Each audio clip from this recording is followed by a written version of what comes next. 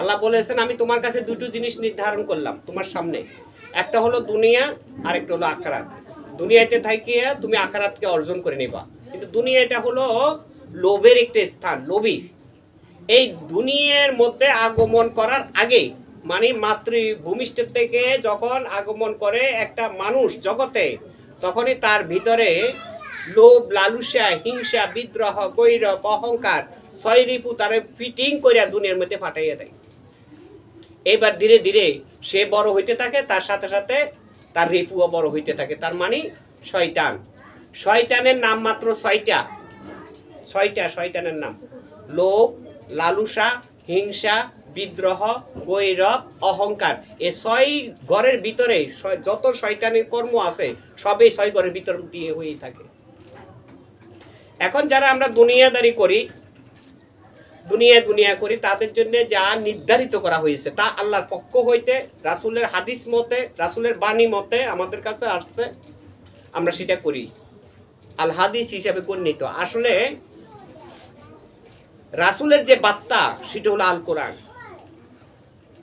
বিশ্বাস করোনি তোমরা? জি। কারণ রাসূল যখন যাই বলেছেন তাই কোরআন রূপে রূপান্তরিত হয়েছে। কোরআন মানে হলো আমি যা বললাম তুমি তা করো, কোনো সময়ে নির্দিষ্ট নয়। একমাত্র রুকু সেজদা নামাজের জন্য সময়ে নির্ধারিত করা হয়েছে। এমনকি কোরআন শরীফের মধ্যে একটা আয়াতের মাধ্যম দিয়ে বলা হয়েছে সকাল সন্ধ্যা তাহার তাসবিহ পাঠ করো। ইয়া আইয়ুহাল্লাযীনা আমানু যিকুরুল্লাহা যিকরান কাসীরান ওয়া সাব্বিহু বুকরাতান ওয়াসিলা, উসিলা বলা হয়েছে।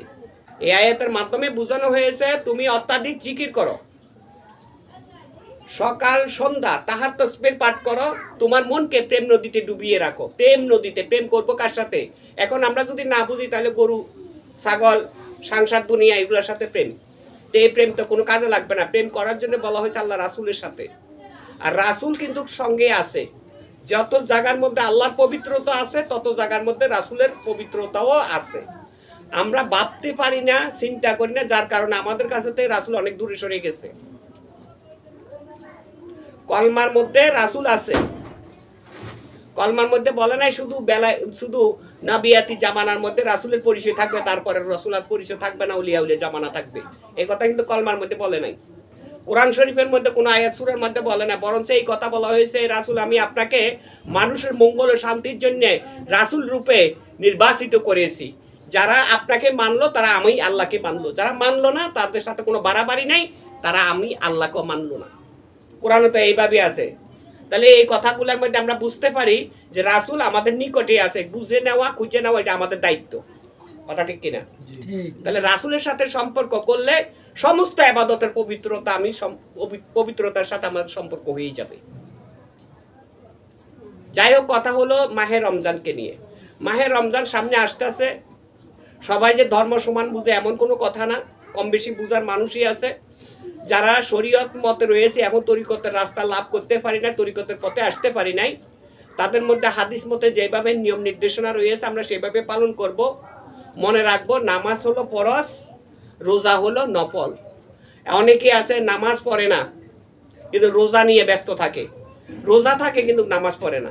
আবার অনেক মা বোনেরা আছে রোজাও থাকে, নামাজও পড়ে, কোরআনও পড়ে।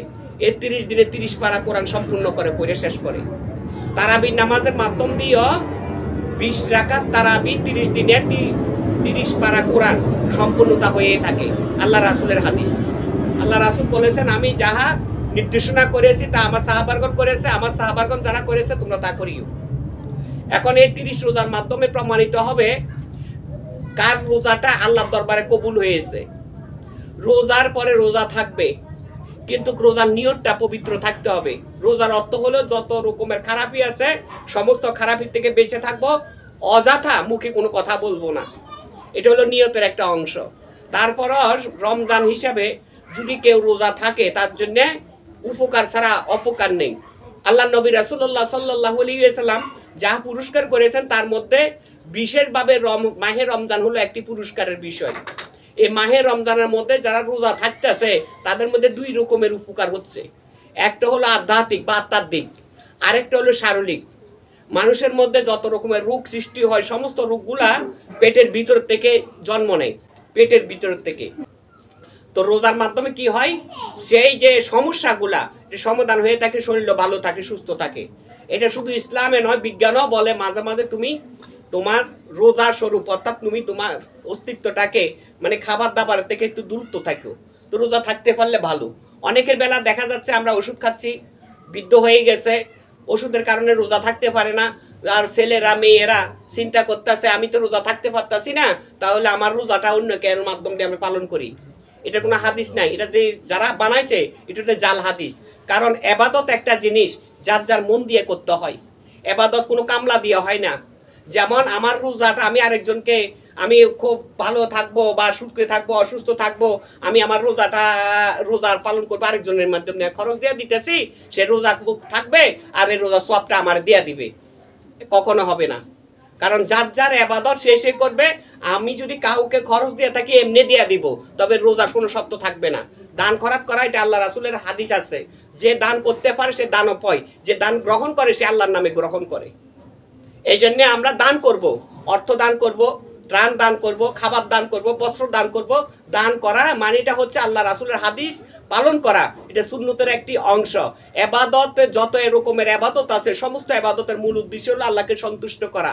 সে সন্তুষ্টতার কর্মের মধ্যে 1 নম্বর হলো অন্নদান, 2 নম্বরে বস্ত্রদান, 3 নম্বরে এইভাবে 3 নম্বর 4 নম্বর বলতে বহু নাম্বার আছে, সেদিকে না। আমি কথা বলবো যে এইটাই এবাদত করাটা হচ্ছে আল্লাহকে স্মরণ রাখবো, আল্লাহকে ভয় করব। রোজার অর্থ হলো যত রকমের খারাপি আছে সমস্ত খারাপি থেকে বেঁচে থাকবো। যারা অসুস্থ আছে তারা চেষ্টা করব রোজা থাকার জন্য, যদি রোজা থাকতে না পারে তার জন্য এমন কোনো মহা অপরাধ নাই যে রোজার কারণে তাকে জাহান্নামে দিয়ে দিবে, কারণ রোজাটা নফল হিসেবে গণ্যিত হয়েছে, রোজা কোনো ফরজ না। যদি ফরজ হইতো অসুস্থ থাকা অবস্থায় হোক, যেমনই হোক, রোজা থাকা একটা বাধ্যতা হইতো। কেউ কেউ বলতেছে এক রোজা কম থাকলে, তার মানে একটা রোজা না থাকতে পারলে এটা 60টা রোজা কাফারা দিতে হবে, তার মানে খরচ দিয়ে দিতে হবে। এই কথা বলছে নাকি? বলছে না কি? কথা বলো না কেন? বলছে। তাহলে এটা একটা বাটপারি হাদিস, এটা হলো ধান্দা করার হাদিস। তোমার মা তো রোজা থাকতে পারে না, কয়টা রোজা কামাই করছ বা থাকতে পারছো, কাজা করছ, সে রোজা অনুসারে কাফারাটা দিয়ে দাও, আমাদের ইতিমখানা দিয়ে দাও। এটা হলো বাটপারি হাদিস। এই বাটপারি হাদিসের থেকে আপনারা সবসময় সাবধান থাকবেন। যা থাকবেন, যা করবেন আপনার মন থেকে করবেন। আপনি কখনো কামলা দিয়া ধর্ম কর্ম করবেন না। যার যার ধর্ম তার তারে করতে হবে। কাজের রোজার মধ্যে 2টো রকম আছে, একটা হলো আধ্যাত্মিক আর একটা হলো সামাজিক। সামাজিক যেটা আছে সেটা কিন্তু যেভাবে পবিত্রতা দেওয়া আছে, বলা আছে, সেভাবে আপনারা পালন করে যাবেন। এবং রোজা থাকার পরে দিয়া অনেকের বেলা দেখা যাইতেছে গ্রামগঞ্জের মধ্যে যে আমার এদের এলাকার মধ্যে কোনো দোকানপাট খোলা রাখতে দিব না, কিন্তু এখানে তো হিন্দু পাড়াও আছে, হিন্দু দোকানও আছে, তো সেই দোকানগুলো আপনি কি হামলা দিয়ে বন্ধ করবেন কেন? এটা কিন্তু ইসলামের কোনো আইন নেই। ইসলামের আইন হলো যদি রমজান মাস আসছে, ইসলামিক সমাজ হিসাবে তুমি এই দোকানের মধ্যে পর্দা দিয়া দোকানের ভিতরে যে সমস্ত যে দৈনিক যে চা নাস্তা ইত্যাদি বিক্রি করে, অনেক কামলারা খাইতে পুরো রাত্রে সেরি খাইতে পারে না, তারা কাজে যাইতে হবে, চা নাস্তা খায় কাজে যায়, তো তার রিজিকের মধ্যে তোমরা হানাদার কেন না, আক্রমণ করো কেন? রোজা থাকার বড় বিষয় না, রিজিককে যার যার রিজিক আল্লাহ তার জন্য যেইভাবে নির্ধারণ করছে সেইভাবে রিজিকের স্থানে সে যাবে। কিন্তু জোর করিয়া কোনো রিজিকের হামলা দেওয়া, এটা রোজা থাকা যতটুকু সওয়াব হবে তার চেয়ে বেশি গুনাহ হবে। কাজের স্বাধীনতা, ইবাদত আর রোজা এগুলো হচ্ছে যার যার মনের স্বাধীনের গতি। আমার মনের স্বাধীনতা, আমি আল্লাহকে ভয় করি, আল্লাহকে চিন্তা করি, পরকালকে ভয় করি, আমি সেই মর্ম অনুযায়ী রোজা থাকবো। আর রোজা থাকার অর্থ এই নয় যারা রোজা থাকবে না তারা জাহান্নামী। কারণ অনেকের বেলা আছে তার তরিকতের অন্তর্ভুক্ত, তারা রোজাকে সম্মান করে কিন্তু তারা এটা সেটা খায়। কেউ কি জিজ্ঞাসা করে কি রোজা রয়েছেন নাকি? অনেকে বলে হ্যাঁ রোজা আছি। তো রোজা আছি, তো রোজাটা দেখাই দে, কই যার যার মুর্শিদকে দেখাই দে। এটা যার যার মুর্শিদকে দেখাই দেয় ওই ব্যক্তিরা যারা এই বুঝাইতে পারে, যাদেরকে বুঝাইতে পারে তাদেরকে বুঝাইয়া দেয়। কাজে আমরা বলবো একটা কথা, রোজার সম্মান সকলের জন্য সমান। যারা রোজা থাকতে আসি তাদেরকে বেরোজগারি যারা আছে তারা সম্মান করব। আর রোজা যারা রয়েছে তারা যেন বেরোজগারিকে কখনো তুচ্ছিত করবো না, অহংকার করব না। তবে স্বাধীনতা, ইসলামের একটা স্বাধীনতা আছে, সেই স্বাধীনতা অনুযায়ী বোঝানোর চেষ্টা করব। কারণ রোজা জিনিসটা হলো যার যার প্রয়োজনীয় বিষয়। আমি আমার আত্মাকে শক্তিশালী বা জাগ্রত করার জন্য আমি রোজা রাখছি, এটা রাসূলের হাদিস অনুযায়ী মানছি।